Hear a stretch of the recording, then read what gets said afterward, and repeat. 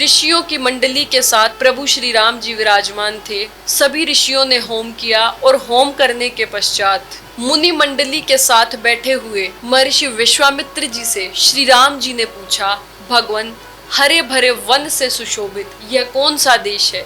आपका कल्याण हो, मैं इसे जानना चाहता हूँ, आप मुझे ठीक ठीक बताएं। श्री राम जी की बात को सुनकर महर्षि विश्वामित्र जी ने कहा, ब्रह्मा जी के पुत्र माँ यशस्वी कुश थे। बिना कलेश के वे व्रत का पालन करते थे तथा धर्म के जानकार थे। वे सज्जनों की पूजा करते थे। उनकी पत्नी विदर्भ देश की राजकुमारी थी। उनके 4 पुत्र हुए, कुशाम्ब, कुशनाभ, असुरत रजस तथा वसु। पिता की आज्ञा मानकर कुशाम्ब ने प्रजाओं का पालन करने के लिए कौशाम्बी नाम की एक नगरी बसाई।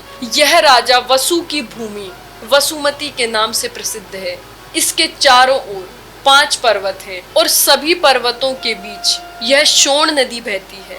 महाराज कुशनाभ की अत्यंत सुंदरी 100 कन्याएं हैं। एक बार वे सब एक उद्यान में विहार कर रही थी कि वायु देवता ने उनसे कहा, तुम लोग हमारी पत्नी हो जाओ और मानुषी से देवता बन जाओ।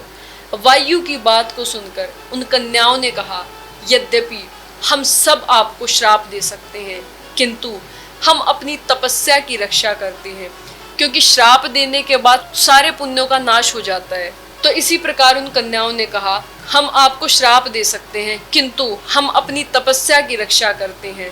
हम अपने पिता के परतंत्र हैं। पिता ही प्रभुस्माकं देवतं परमं च स यस्य नो दास्यति पिता।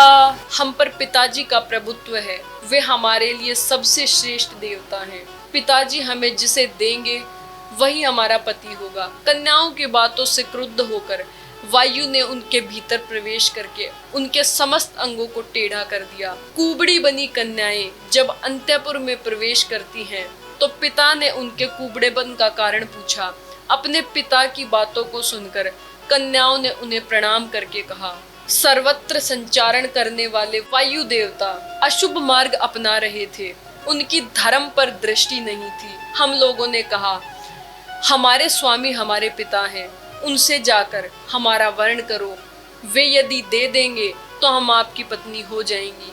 किंतु समय की प्रतीक्षा किए बिना वायु देवता ने हमें कुबड़ी बना दिया।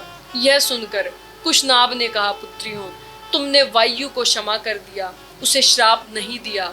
यह तुम्हारा अलंकार है। महाराज कुशनाभ ने अपनी पुत्रियों से कहा, पुत्रियों, क्षमा ही दान है, सत्य है, यज्ञ है, यश है और धर्म है।